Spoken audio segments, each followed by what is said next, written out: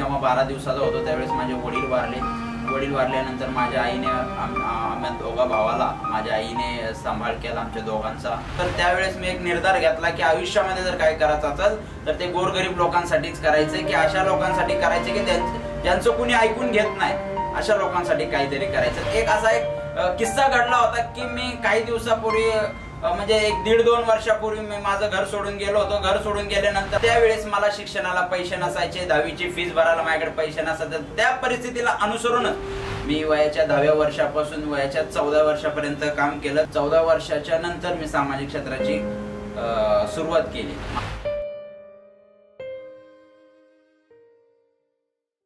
जय महाराष्ट्र, नमस्कार। मी आपल्या सर्वांचा लाडका व आपल्याशी परिचय असणारा रामराजे भोसले, पुणे शहर।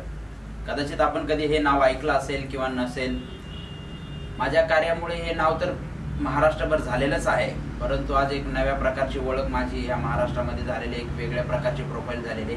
तर ती कशी झाली आणि काय नेमकं घडलं माझ्या आयुष्यात, किती वेळ माझ्या आयुष्यामध्ये आली होती आणि त्या वेळेच्या नंतर मी माझ्या जीवनामध्ये एक वेगळा निर्णय घेतला आणि त्या निर्णयाने आज माझ्या महाराष्ट्राभर माझं नाव झालेलं आहे। माझं नाव तुम्हाला तर आता मी सांगितलेलंच आहे। माझं शिक्षण 12वी पर्यंत झालं। तुळजापूर तालुक्यातील एका छोट्याशा गावामध्ये माझा जन्म झाला आणि त्या छोट्याशा गावामधून जन्म झाल्यानंतर माझी आर्थिक परिस्थिती खूप बिकट होती। जसे की बिकट म्हणजे एखाद्या गरीब मुलाची परिस्थिती बिकट असताना देखील त्याने स्वतःचं साम्राज्य मोठं करणं किंवा स्वतःचं नाव मोठं करणं ही आजकालच्या ह्या कलियुगामध्ये खूप मोठी गोष्ट आहे आणि तीच मी केली। आता माझी खूप आर्थिक परिस्थिती बिकट होती। लहानपणी मी जेव्हा 12 दिवसाचा होतो त्यावेळेस माझे वडील वारल्यानंतर माझ्या आईने आम्ही दोघा भावाला माझ्या आईने सांभाळ केला आमच्या दोघांचा। सांभाळ केल्यानंतर कसं परिस्थितीनुसार माझ्या भावाने 12वी पर्यंत शिक्षण पूर्ण केलं आणि त्या भावाच्या आधारावर मी माझं 12वी पर्यंत शिक्षण पूर्ण केलं। माझ्या आयुष्यामध्ये अजून एक संकट आलं, ते म्हणजे माझी आई स्वर्गवास झाली। त्यानंतर जी माझ्या आयुष्यामधली जी काही स्टोरी बदलली ती मी तुमच्या समोर सांगण्याचा प्रयत्न करत आहे। आज सांगण्याचा हेतू की आज मला एक वेळ अशी होती की माझ्या शिक्षणासाठी पैसे लोक लावायचे किंवा माझी परिस्थिती, मी काम करून माझं शिक्षण पूर्ण केलं। मी बऱ्याच ठिकाणी लहानपणापासून काम केलं। मी वयाच्या 10व्या वर्षापासून वयाच्या 14 वर्षापर्यंत काम केलं। 14 वर्षाच्या नंतर मी सामाजिक क्षेत्राची सुरुवात केली। माझं वय 14 होतं। गाव लेवल पासूनच मी सुरुवात केली माझ्या कामाची। तर किस्सा असा घडला होता की माझ्या घरच्यापासूनच की सामाजिक कार्याची सुरुवात केली। सुरुवात करत असताना मला अनेक अडचणी आल्या, अनेक लोकांचे त्रास झाले, परंतु काय म्हणतात ना की आपण एखादं काम जर मनापासून करत असेल तर त्याला जरी अडचणी आल्या काय आल्या तर ते सक्सेस होतं। तर त्यावेळेस मी एक निर्धार घेतला की आयुष्यामध्ये जर काय करायचं असेल तर ते गोरगरीब लोकांसाठीच करायचंय, की अशा लोकांसाठी करायचे की ज्यांचं कुणी ऐकून घेत नाही, अशा लोकांसाठी काहीतरी करायचं। तर मी तिथून जी सुरुवात केली, हॉस्पिटल असू द्या, बिल्डिंग असू द्या, कुठल्याही गोष्टीची असू द्या, फायनान्स असू द्या, बँक असू द्या, पोलीस असू द्या, अशा बऱ्याच क्षेत्र असे आहेत की त्या क्षेत्रामध्ये गोरगरीब लोकांना निस्वार्थीपणाने मी त्यांचं काम करत असतो। आज रात्री 2-2, 12-12 वाजता लोक मला फोन करत असतात। माझ्या परिस्थितीची जाण ठेवून मी या परिस्थितीच्या सामोरे जात आहे की बाबा मी काय होतो।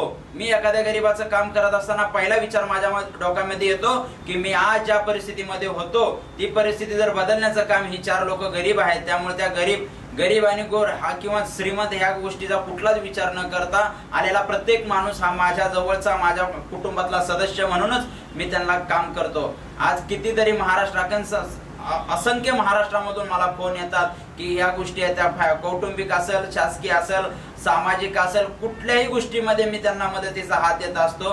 एनी टाइम मी त्यांच्यासाठी अवेलेबल असतो। आज हे अवेलेबल राहण्याचं कारण किंवा मी हे लोकांना मदत करण्याचं कारण माझ्यावर जी आलेली परिस्थिती आहे किंवा माझ्या आयुष्यात घडलेला जो काही प्रसंग आहे त्या प्रसंगाच्या आधारित मी लोकांची मदत करत असतो। तर मी मदत करत असताना बऱ्याच लोकांनी मला ट्रोल केलं, बऱ्याच लोकांनी मला विचारलं की हा काय करू शकतो, तो काय करू शकतो। पण जी लोक, तुम्हाला सांगतो, जी लोक मला नावं ठेवायची आज तीच लोक माझी 3-3 दिवस वाट बघत थांबतात मला खास भेटण्यासाठी। तर ही झाली माझी कामाची पद्धत। मला गाव सोडावं लागलं। तर का सोडावं लागलं गाव? माझ्या कुटुंबाची आर्थिक परिस्थिती खूप बिकट होती। माझ्या घरचे जर सगळे माझ्यावर वाईट वेळ आली होती आणि त्या वेळेमध्ये मला साथ देण्यासाठी माझ्या गावामध्ये माझे कुठले जवळचे नातेवाईक किंवा माझे कोणी संबंध नव्हते। तर पुण्यासारख्या शहरामध्ये माझे काही नातेवाईक असल्यामुळे त्या कारणाने मला त्या गावातून इथे यावे लागले। तर इथं आल्यानंतर रोडवरचे बेघर निराधार लोक दिसू लागली, बऱ्याच लोकांच्या प्रश्न माझ्याकडे येऊ लागले। आता गावाकडचे आपण जे काही काम करत असतो ते लोकांपर्यंत पोहोचण्याचं सोशल मीडियाचं साधन तुम्हाला माहिती असेल। गेले 10 वर्षापासून मी सोशल मीडिया वापरतो, पण लोकांना माहिती झालं की बाबा इथून आपले प्रश्न सुटतील, हा माणूस आपल्यासाठी लढू शकतो, हा माणूस आपल्यासाठी येऊ शकतो। तर तिथून जी सुरुवात झाली, तर पुण्यासारख्या शहरामध्ये पण बरेच असे प्रश्न मी मार्गी लावले आणि मी ज्या काही परिस्थितीमध्ये होतो, गरीब परिस्थितीमध्ये होतो, त्या परिस्थितीमध्ये मला शिक्षणाचे काही अडचणी यायच्या, तशा अजून माझ्यासारखी अडचणी कुणाला येऊ नये अशा बऱ्याच गरीब विद्यार्थ्यांसाठी मी नेहमीच प्रयत्नशील असतो। त्या विद्यार्थ्यांना मी मदतीचा हात देत असतो। मी मदतीचा हात देतो म्हणून मी कुठला मोठा आमदार खासदार नाही, परंतु माझ्यासारखी परिस्थिती कुणावर येऊ नये आणि कुणाच्याही शिक्षणावर एक वेगळा प्रभाव पडू नये म्हणून मी त्यांना मदतीचा हात देत असतो। तर अनेक गरीब लोक असतात, निराधार असतात, बेघर असतात, रस्त्यावरचे लोक असतात, त्यांना जेवण झालं, त्यांना कपडे झाले, हे माझ्या खर्चातून मी देत असतो। हे देण्याचं कारण झालं कुणाचं अंग आणि कुणाचं वस्त्र ह्या गोष्टी, आणि कुणाला अन्न देण्याने आपण काय खूप मोठे देव नाही झाले, परंतु आपण एक माणसात माणुसकी असल्याचा एक धर्म सांगण्याचा मी प्रयत्न करत असतो। आणि मी पहिल्यांदा प्रत्येक वेळेला सांगत असतो की पुण्यासारख्या शहरामध्ये जर मी माझं स्वतःचं साम्राज्य निर्माण केलेलं आहे, तर हे निर्माण करत असताना मला ही संकट आली, परंतु आज जी लोक माझ्या कामामध्ये संकट निर्माण करत होती, तीच लोक आज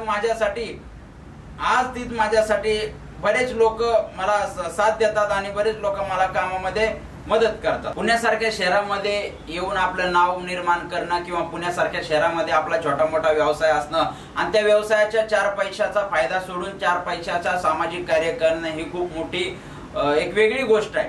तर माझ्या ज्या काही बिझनेस मधून आहे किंवा माझा जो काही व्यवसाय आहे, त्या व्यवसायामधून मी जे काही थोडेफार पैसे वाचवतो, त्या पैशामधून मी सामाजिक काम करतो। गोरगरीब लोकांना कपडे असतील, गोरगरीब लोकांना अन्न असेल, गोरगरीब लोकांना हॉस्पिटलसाठी काही मदत असेल, ह्या गोष्टी मी करण्याचा प्रयत्न करत असतो।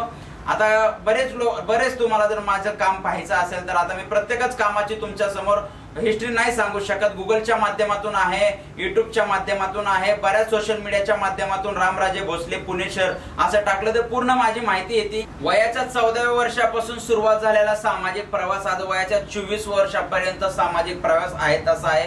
कामामध्ये बदल आहे, परंतु माझ्या मनामध्ये कुठल्याही प्रकारचा चुकीचा बदल नाही। त्याचं कारण म्हणजे माणूस माझ्याकडे कुठलाही प्रश्न घेऊन असू द्या, फायनान्शियल असू द्या, कोणाची पगार अडकलेली असू द्या, विनाकारण कोणी शासकीय लोक कोणाला त्रास देत असेल, सामाजिक नावाखाली कोणाची लूट होत असेल किंवा बिझनेसच्या नावाखाली एकमेकाचे पैसे घेऊन जर लूट होत असेल, अशा प्रकारचे आणि काम करून तुमचा हक्काचे पैसे जर कोण देत नसेल, तर अशी लोक पुण्यासारख्या शहरामध्ये बरेच लोक माझ्याकडे येतात। पुण्यातच नाही तर संपूर्ण महाराष्ट्रामध्ये हे माझं काम चालतं।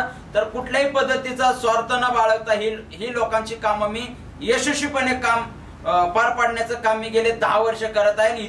आजपर्यंत तुम्ही दिलेली, बऱ्याच लोकांनी मला दिलेली साथ ही माझ्यासाठी खूप अनमोल आहे। इथून पुढे पण मला द्यावी ही माझी खूप अपेक्षा आहे। आणि माझ्यासारख्या सर्वसामान्य कार्यकर्त्यावर बऱ्याच लोकांनी विश्वास ठेवला आणि विश्वास ठेवून आज माझ्यासारख्या सर्वसामान्यावर बऱ्याच लोकांनी विश्वास ठेवून आज माझं महाराष्ट्रामध्ये कानाकोपऱ्यामध्ये नाव जाण्याचं कारण म्हणजे माझं काम आहे आणि माझं काम हे चालूच राहील। चालू राहण्याचं उत्तम जर कारण असेल ही मित्र परिवाराची साथ असते आणि बरेच लोक मला साथ देतात। माझं कुटुंब सामाजिक कार्य करण्यासाठी मला अहोरात्र सोडत असतं। सर्वात महत्वाची गोष्ट तुमच्या आयुष्यामध्ये जर कोण असेल तर ते तुमचं कुटुंब असतं। तुमचं कुटुंब तुम्ही करत असलेल्या कामाचं कौतुक करणं हे खूप गरजेचं असतं। तर माझं कुटुंब माझ्यासाठी, मी जे काय काम करतो त्यासाठी समर्थन करण्यासाठी माझ्या वहिनी असतील, माझा भाऊ असेल, हे माझ्यासाठी संपूर्णपणे पाठिंबा माझ्या वहिनी आणि भाऊचा आहे। तर हे सांगण्याचा तुम्हाला उद्देश हाच आहे की माझ्या प्रत्येकाच्या आयुष्यामध्ये काही लोक असतात की तुम्हाला कुटुंबामधले पण लोक काही साथ देत नसतात, परंतु माझं कुटुंब असं आहे की मी नशिबान समजतो की माझ्या आयुष्यामध्ये माझ्या वहिनी एवढ्या मला नशिबान भेटले की मला एक असा एक किस्सा घडला होता की मी काही दिवसापूर्वी म्हणजे 1-1.5-2 वर्षापूर्वी मी माझं घर सोडून गेलो होतो। घर सोडून गेल्यानंतर मला माझ्या वहिनींचा फोन आला आणि मला वहिनींचा फोन आल्यानंतर विचारलं की काय झालं, तर मी बोललो मी जी काही स्वप्न पेरलेले आहे, मी काय आराखडा रखडलेला आहे, तो आराखडा पूर्ण करायचा आहे मला। त्यामध्ये माझा भाऊ मला विचारत नाही किंवा माझ्या ह्या गोष्टीचा समर्थन करत नाही। तर त्यावेळेस माझ्या वहिनीने मला एक शब्द दिला होता की मी तुमच्या प्रत्येक ह्या कामामध्ये माझा तुम्हाला आधार आहे किंवा माझी तुम्हाला समर्थन आहे। तर हे सांगण्याचं कारण एकच असतं की आपल्या आयुष्यामध्ये आपलं कुटुंब जर तुम्हाला एखाद्या कार्यामध्ये जर तुम्हाला समर्थन करत असेल तर तुम्ही यशस्वी झाल्याशिवाय राहत नाही मित्रांनो सांगण्याचं एकच कारण आहे की माझ्या आयुष्यामध्ये जी काय माझी शिक्षणाबद्दलची परिस्थिती घडलेली आहे त्या परिस्थितीनुसार त्यावेळेस मला शिक्षणाला पैसे नसायचे, 10वीची फीस भरायला माझ्याकडे पैसे नसायचे, त्या परिस्थितीला अनुसरूनच मी आज बऱ्याच लोकांचे शिक्षणासाठी मदत करत आहे, बऱ्याच विद्यार्थ्यांचे आज शिक्षण पूर्ण करण्यासाठी मी आर्थिक मदत करत असतो। याचा मला खूप आनंद आहे। तर आनंद यासाठी आहे की मी माझ्या परिस्थितीनुसार जेवढं काय होईल, फुल नाही तर फुलाची पाकळी, मी एखाद्या विद्यार्थ्याला मदत करतो आणि त्या विद्यार्थ्याचा मदत करण्याचं कारण म्हणजे माझ्या आयुष्यात घडलेला एक किस्सा। एक मुलगा होता आणि त्यांची आर्थिक परिस्थिती खूप गरीब होती। गरीब म्हणजे आई लोकांच्यात कामाला जायची आणि वडील दारू प्यायचा, अशा बऱ्याच पण तो मुलगा इतका हुशार होता की त्या मुलाला शिक्षणासाठी पैसे नसायचे। पण त्यावेळेस अशी गोष्ट होती की मी पण खूप मोठा नव्हतो, परंतु मी माझ्या परीने त्यावेळेस त्याला मदत केलेली आहे। तो माझ्या ओळखीचा पण नव्हता, परंतु त्याने मला ही परिस्थिती सगळी रडता रडता फोनवरती सांगितली। त्यावेळेस सोशल मीडियाचं एवढं साधन नव्हतं मित्रांनो, तरी मी त्याला सर्व माहिती दिली, त्याची पूर्ण माहिती विचारपूस केली आणि बाकीच्या लोकांकडून त्याची माहिती घेतली। मी स्वतः त्याला आर्थिक मदत केली आणि त्याने 12वीला 95% मार्क पडले म्हणून मला फोन करून सांगितलं। तर हे सांगण्याचा मला एकदम एवढा आनंद होतो की तो आनंद माझ्या गगनात मावत नाही। त्याचं कारण म्हणजे मी माझ्या आर्थिक परिस्थितीमध्ये जेव्हा बिकट होतो त्यावेळेस बऱ्याच लोकांनी मला मदत केली, तर त्यांच्यामुळेच मी आज आहे। असे बरेच लोक आहेत की प्रत्येकाचं नाव घेईल असं काही नसतं, पण मला एवढंच म्हणायचं की मी माझ्या परिस्थितीवर आहे। गेल्या 10 वर्षामध्ये सामाजिक काम करत असताना मला बऱ्याच अडचणी आल्या, बऱ्याच लोकांनी माझ्यावर प्रभाव टाकण्याचा प्रयत्न केला, पण अशा लोकांकडे मी लक्ष न देता मी माझ्या सामाजिक कामाला फोकस केलं आणि मी माझं नाव घराघरात पोहोचण्याचं काम केलं आणि महाराष्ट्राच्या कानाकोपऱ्यात माझं काम पोहोचवण्याचं काम केलं।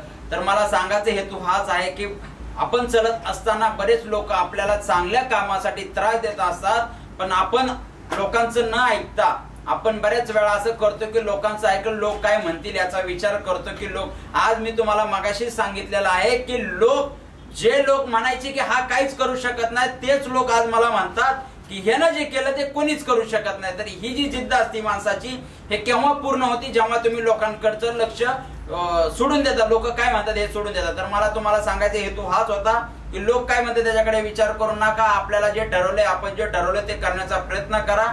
आणि आज मला लाईव्ह स्टोरी मराठी यांनी मला या इंटरव्ह्यू साठी इन्व्हाइट केलं, त्याबद्दल मी त्यांचा आभारी आहे।